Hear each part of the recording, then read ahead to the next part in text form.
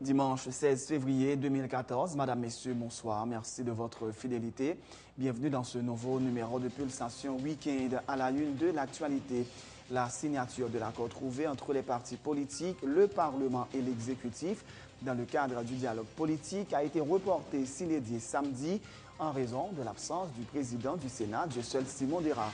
Il avait conditionné la signature du document à la publication de la liste des 10 membres de la Cour des comptes, alors que le chef de l'État n'en a publié que 7.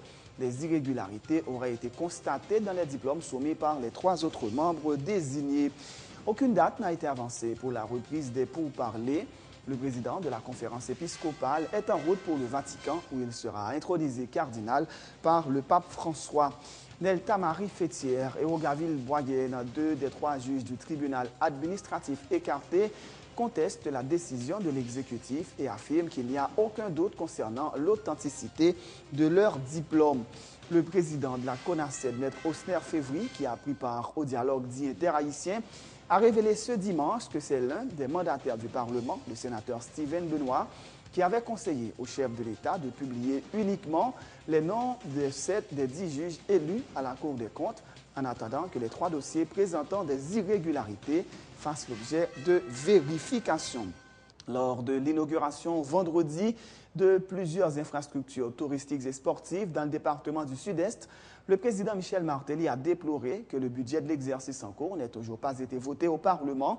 Une stratégie, a-t-il dit, qui vise à l'empêcher de réussir. Michel Martelly assure qu'il va continuer à travailler dur pour gagner la confiance de la population afin de la guider dans le choix du président. À l'étranger, au Venezuela, des milliers de partisans du pouvoir et opposants ont manifesté samedi dans plusieurs villes du pays. Une 12e journée de protestation qui s'est soldée par des incidents faisant 23 blessés.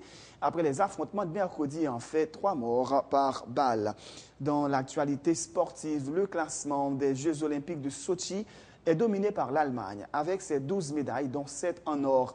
La Suisse reste accrochée à la 2e place grâce à ses 5 médailles d'or. La Russie prend la 3e place du podium après ses 2 médailles d'or de samedi. Tennis, le Tchèque Tomáš Berdych a remporté le 9e titre de sa carrière, son premier en 2014, en s'imposant en finale du tournoi de Rotterdam 6-4-6-2 face au Croate Marin Cilic ce dimanche.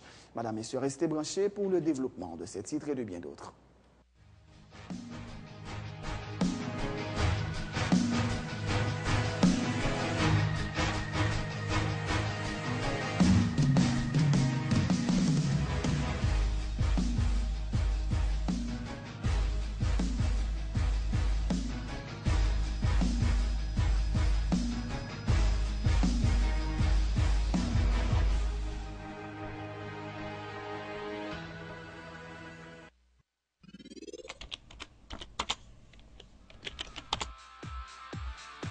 Bienvenue à cette édition d'Information Pulsation, l'essentiel de l'actualité de la journée. Merci de votre fidélité. Bienvenue dans ce premier numéro de Pulsation Week-end.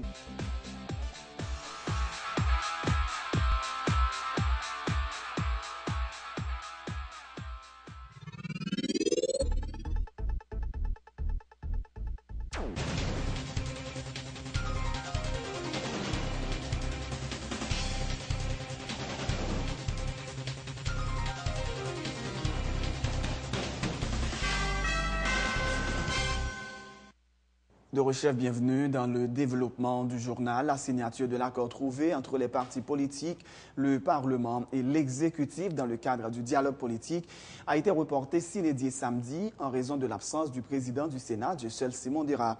Il avait conditionné la signature du document à la publication dans le journal Le Moniteur de la liste des 10 membres de la Cour des comptes, alors que le chef de l'État n'en a publié que 7. Des irrégularités auraient été constatées dans les diplômes soumis par les 3 autres membres désignés. Aucune date n'a été avancée pour la reprise des pourparlers. Le président de la conférence épiscopale est en route pour le Vatican, où il sera intronisé cardinal par le pape François. Pour le coordonnateur de l'Organisation du peuple en lutte, Sauveur Pierre-Étienne, l'exécutif aurait pu publier dans le Moniteur les noms des 10 membres élus par le Sénat pour siéger au tribunal administratif et continuer à vérifier l'authenticité des diplômes des juges pour lesquels il y a des doutes. Dans le cas où ces suspicions se révéleraient fondées, ces juges élus seraient écartés et accusés de faux et d'usage de faux, a indiqué le politologue. Les politiques, nous te montrons à la hauteur des exigences du moment. On croit qu'au niveau des grands pouvoirs de l'État, au niveau de la présidence et du Parlement, ils n'ont pas arrivé à entendre. Chaque fois, c'est un principe qui fait ça. Je pense que il y a un problème en termes de vision de l'État, parce que les affaires de l'État sont des affaires sérieuses. L'exécutif là, législatif là, pas arrivé à entendre son ensemble de dossiers. Donc, le cardinal l'a demandé pour prendre le temps qu'il faut pour résoudre le problème qu'il y a pour résoudre. La position nous était claire dans l'OPL, nous avons dit que nous signons un protocole d'accord, nous prévoyons un accord tripartite. Si le président de l'Assemblée nationale n'est pas là, le deuxième personnage politique le plus important du pays, donc OPL pas signé. Donc à quoi ça dans l'impasse pratiquement? Il n'est pas dans l'impasse, sauf que le cardinal là prend rendez-vous avec nous, bon, elle est sortie au Vatican, donc là ça l'a tourné. Il y a un problème de culture politique en Haïti. Et très souvent, nous ne pas bailler l'histoire la place qu'elle mérite. Ça me donne l'histoire immédiate et inachevée. Si nous avons une culture, ça, nous apprenons que nous avons un précédent, un antécédent, un cas de jurisprudence. Côté Gilbert Miontil, qui était président de la Cour supérieure des comptes et du contentieux administratif, monsieur dit qu'il a un PhD, un diplôme de doctorat aux États-Unis, et le sénateur Jean-Robert Sabal a mené une enquête, il rend compte que monsieur n'a pas même travail, il n'a pas même à balayer universitaire. Donc, monsieur tombé, il perd du job là. Si nous avons une expérience, nomination était capable de faire, et vérification était capable de faire, là, ça, comme c'est dans le cadre d'un régime républicain, si on monde où tu as utilisé de faux diplômes pour accéder à un tel poste, à ce moment, où l'État est capable d'engager des poursuites contre eux, et finalement, il est obligé de condamner pour faux et usage de faux. Mais politique, là, depuis Machiavel, nous connaissons sciences liées, et avec Emmanuel Kant, nous connaissons art, et c'est l'art le plus difficile. Donc, pour maîtriser lui, il y a un peu d'effort pour faire. Femmes et hommes politiques, pour arriver à ce niveau ça. Les 3 juges de la Cour des comptes dont les dossiers présenteraient des irrégularités sont Mélius Garçon, Nelta Marie Fétière et Rogaville Boisgued. 2 d'entre eux contestent la décision de l'exécutif. Marie-Nelta Fétière a affirmé à l'agence en ligne ASPN qu'elle n'a jamais fait usage de faux et que son diplôme a été authentifié par le ministère de l'Éducation nationale. Elle compte contacter la faculté de droit ce lundi pour rétablir ou confirmer la vérité. Marie-Nelta Fétière a tenu à souligner que les frais de son master en gestion politique et économique ont été payés par le ministère de la Planification. Pour ce qui est de Maître Rogaville Boisgued, il affirme être membre du barreau de Port-au-Prince et avoir bel et bien obtenu son diplôme de licence de la faculté de droit de Port-au-Prince de l'Université d'État d'Haïti. Le président de la Coalition nationale du Centre démocratique CONACED, Maître Osner Févry, qui a pris part au dialogue dit interhaïtien, a révélé ce dimanche que c'est l'un des mandataires du Parlement, le sénateur Steven Benoît, qui avait conseillé au chef de l'État de publier uniquement les noms de 7 des 10 juges élus à la Cour des comptes, en attendant que les 3 dossiers présentant des irrégularités fassent l'objet de vérification. C'est pourtant la publication de cette liste partielle qui avait conduit le président du Grand Corps, Dieuseul Simon Dera, à boycotter samedi la cérémonie de la signature des accords après un premier report la veille.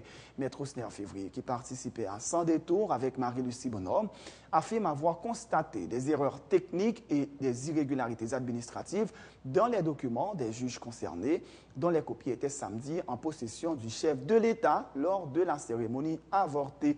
La CONACED propose que la liste complète des nouveaux juges soit publiée sous réserve que ceux dont les documents présentent des irrégularités démissionnent le cas échéant. Afin de publier 7 noms sous 10 là, ce n'est pas ni médiation, ni parti politique, c'était un représentant Sénat, même le sénateur Stevenson Benoît, en présence du président de la République, au cours des négociations dans la deuxième phase là, qui dit, puisque il y a un problème, moi-même Stevenson Benoît, représentant du Sénat, moi proposé que nous publions 7 noms, pas de problème, et entre-temps, il va publier 3 l'autre noms après. Moi-même, document que le président de la République montré que le Sénat a voyé Bali, moins ouais que gagner des erreurs techniques et qui capable de causer, ça me capable des irrégularités administratives ou vice-versa. Je me dis, président, est-ce que c'est ça seulement? Le président dit, si pour une commission vérifiée avec rigueur, il y a au moins 7 à 8 personnes qui ne sont pas capables là même, y compris un directeur général du ministère de l'Éducation nationale qui ne peut même gagner des charges. Dès lors que la question a été posée au niveau du dialogue interhaïtien, la question est devenue une question politique et le ça, tout le monde doit comprendre ou pas capable de gagner 100%, ni pas capable de perdre 100%, et ou pas capable de permettre que l'exécutif perde la face, ni que le Sénat perde la face. C'est la proposition que nous faisons au niveau de CONACED. Nous avons demandé médiation pour continuer médiation entre l'exécutif et le Parlement pour la publication des 10 noms. Et s'il y a des réserves, on fait ces réserves pendant que Mounio là. Ou bien s'il y a une investigation qui doit mener, une vérification qui doit mener, eh bien, on mène cette investigation. Et puis, 2-3 personnes sont capables de faire des missions, si jamais. Naturellement, ça me regrette, Marie-Lucie, en tant qu'avocat et un citoyen défenseur de droit, c'est que souvent, le public là pour retenir un paquet de vieilles informations qui sont contraires. Mais on n'est pas faux diplôme, mais on n'est qui a un diplôme, il pas gagné, etc. Ce n'est pas le cas du tout, mes amis. Pas répéter ça. Pas de monde qui a un faux diplôme, pas de monde qui dit qu'il a un diplôme, il pas gagné. C'est tout simplement un problème dans la façon dont ils rédigé. Il n'est pas légal. Ils n'ont pas considéré administrativement bien. Par exemple, d'un côté, son monde qui signe pour un droit et un diplôme, et de l'autre côté, pas de date dans le diplôme, non, et de l'autre côté, pas de ministre qui signe. Par exemple, Jean Montes Lefranc était ministre de l'Éducation nationale, et puis après ça, ouais, mon n'a un diplôme, non, et puis en bas, regardez, côté ministre signe, il vite, et puis pour au prince le, pas de date. Mais son irrégularité technique et administrative qui est capable de corriger. Participant elle aussi à Sans détour, la mandataire du parti Remè Haïti, Chantal Volsi-Séan, déplore que des problèmes de fond n'aient pas été abordés lors des discussions d'El Rancho. Elle cite notamment la question de l'harmonisation des mandats des élus. Elle se dit préoccupée concernant la mise en œuvre de l'accord, même après sa validation. Remè Haïti propose également que la liste complète des 10 juges de la Cour des comptes soit publiée et que la prestation de serment ait lieu après vérification des dossiers présentant des irrégularités. Tout ça que je dis là, vous pouvez y avoir même aussi. Affaire de bonne gouvernance là, c'est un problème fondamental. Parce que dès le départ, tout le monde était toujours connaît 04 problèmes Cour supérieure des comptes là, les poils venir. Mais pour ça, va dans la discussion. Eh bien voilà, nos questions de exactement bonne gouvernance que nous parlons faire. Nous chita nous fait dialogue là sans nous pas mettre le gardien. Ça que mérité pour nous détriper, pour nous l'ouvrir, pour nous garder, pour nous mettre main nous dans plaie. Nous pas faire et je dis li rebondit. En réalité trouver un consensus sur ce problème pas difficile. Proposition par Remè Haïti. On nous publie 10 noms, nous prenons 10 jours pour vérification faite et que 10 jours ça, la vérification faite, qu'on y a là, il a prêté serment après. Pour en finir avec cette affaire de Cour supérieure des comptes. Mais qui moun qui va garantie, puis devant, est-ce que vous pouvez jouer là pour recommencer au niveau Chambre des députés, au niveau Sénat, là pour nous arriver dans l'opérationnalité, ça qui joue là. Ça veut dire, et repasser maintenant la loi électorale, hein? Ça veut dire, commission pour regarder comment nous prenons l'amender et constitution, nous pas aborder une question extraordinaire. Ça n'est pas même important. Vous ça qui est important là, question qui est dans la constitution et qui a un impact sur l'élection, l'harmonisation des mandats. Nous pas rentrer là-dedans.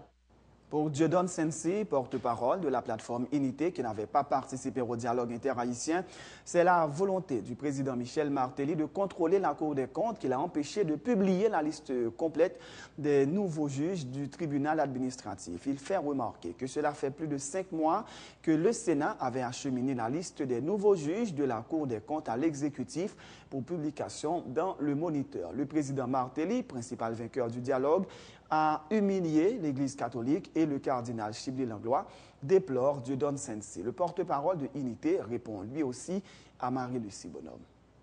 Le président attend 5 mois pour le publier, alors que c'est un acte posé par le Sénat.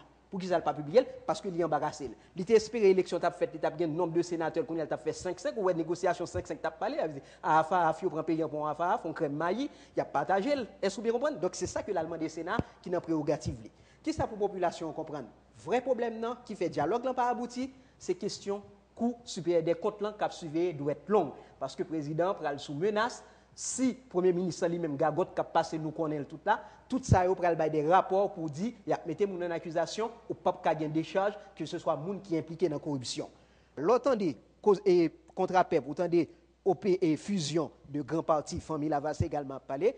Finalement, c'est un coup y a le chita avec le président Martelly dans El Rancho et tout le caléo. Et là, je formule rapidement pour me finir avant. M. Février connaît bien en tant que théologien et haïtien, lit la Bible en pile. C'est l'histoire de Saül. Saül fait compte dérive li, transgression li, et puis ils font fête, lire les sacrificateurs que nous avons aujourd'hui, c'est cardinal qui vient du rôle sacrificateur, lire les classes politiques dans l'autorité, on lui dit, oh, oui, j'ai péché, mais honorez-moi. Moi, péché, oui, honorez. Mais le président Martelly, pas même reconnaître que le péché, que le transgressé, il rassemble nous tous dans El Rancho, il dit, vin honorer et chance pour lui, les jeunes cardinal là, malheureusement, l'église prend un mauvais coup, le président Martelly humilié cardinal là. Ok, est-ce que vous dites là, le grand gagnant, c'est Michel Martelly? Oui.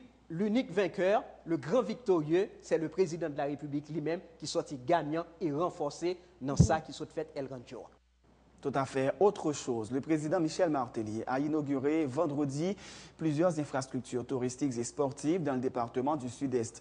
Entre autres, la place Pétion, l'amphithéâtre Bolivar, un centre de convention moderne pouvant accueillir au moins 1000 personnes, le boulevard du bord de mer et une dizaine de kiosques installés au centre d'exposition artisanale. Des travaux financés par le programme Petro-Caribé, a annoncé le chef de l'État qui était accompagné du Premier ministre Laurent Lamotte, des ministres du Tourisme et de la Culture et de l'ambassadeur du Venezuela en Haïti. Il s'agit, a-t-il dit, de la réalisation de l'une de ses promesses de campagne. Michel Martelly a déploré par ailleurs que le budget de l'exercice en cours n'ait toujours pas été voté au Parlement, estimant que cela participe d'une stratégie visant à l'empêcher de réussir. Mais il assure qu'il va continuer à travailler dur pour gagner la confiance des citoyens afin qu'à la fin de son mandat, il puisse l'indiquer qui choisir comme président. La nouvelle, Martelly président, qui a manqué de nous avons ça parce que pendant la campagne là, nous dit l'école gratis, nous dit que nous allons retirer mon embattant. Bagaille boy ici, nous faisons un paquet de promesses et moi-même, là, je fais promesses, il faut me délivrer. Je dis président. Là, monter président, il y a 1,5 million de monde en battante. Je dis à nous, 147 000 personnes en battante. 147 000 personnes en pile, mais pas rien. C'est comme si nous avons retiré 15% de monde en battante. Ça veut dire que nous avons bien travaillé. Le conseil de travail pour me faire, il faut que moi voie une victoire en le Parlement. La police là, dernière fois que la police la augmentation, c'est sous la tortue.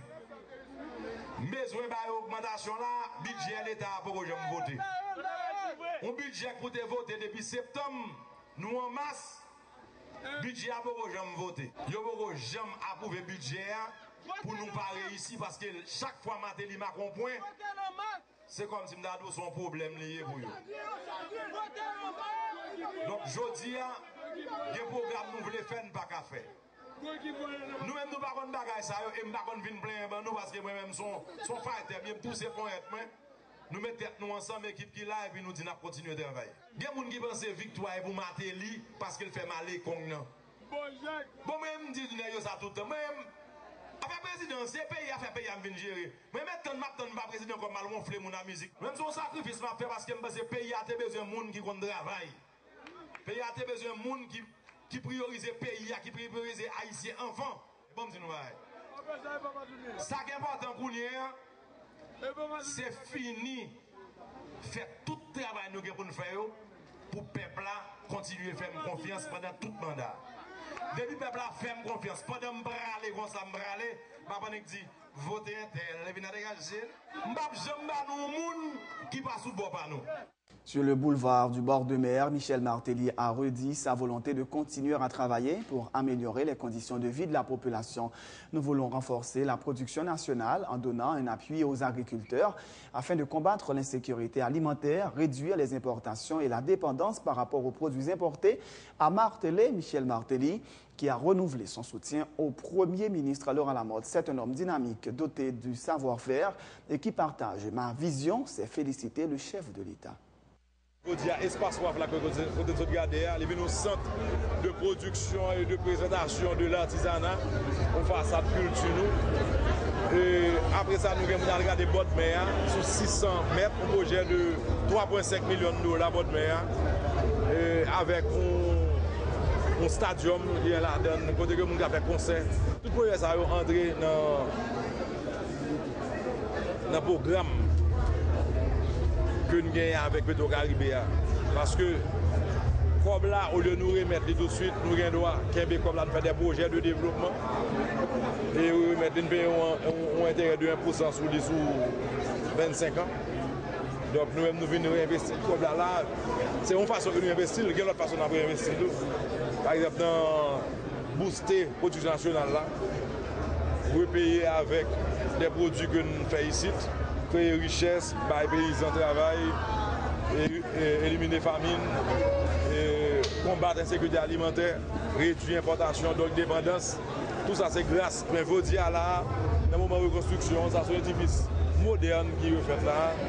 Bon en mer, son bon en mer, moderne, côté que toute couche de population qui a la relaxation là avec fierté et dignité. Il n'y a pas pour un modèle, ni pour le peuple haïtien. Surtout le peuple qui des fois a besoin côté pour la détendre l'esprit là, elle pas jamais qu'un côté. Vous dire nous avons un espace côté que le aller l'esprit est ouvert, yo détendre yo via timoun yo. Donc nous contents. Même lever un gros coup de chapeau à coopération vénézuélienne, bien sûr. Même le tout saluer effort et PM Lamotte aux jeunes garçons qui dynamiques, qui partagent des visions tête calée, d'ailleurs lycée tête calée, ensemble avec le président Martelly. Et nous voulons saluer savoir-faire, les gens que nous choisissons ensemble, mettez à côté nous pour faire projet ça.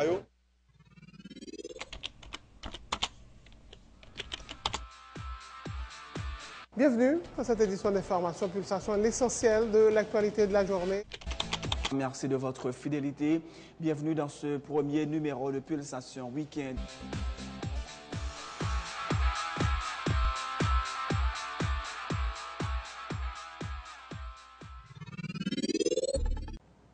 C'est la fin de ce journal. Juste avant de vous quitter, voici le rappel des titres.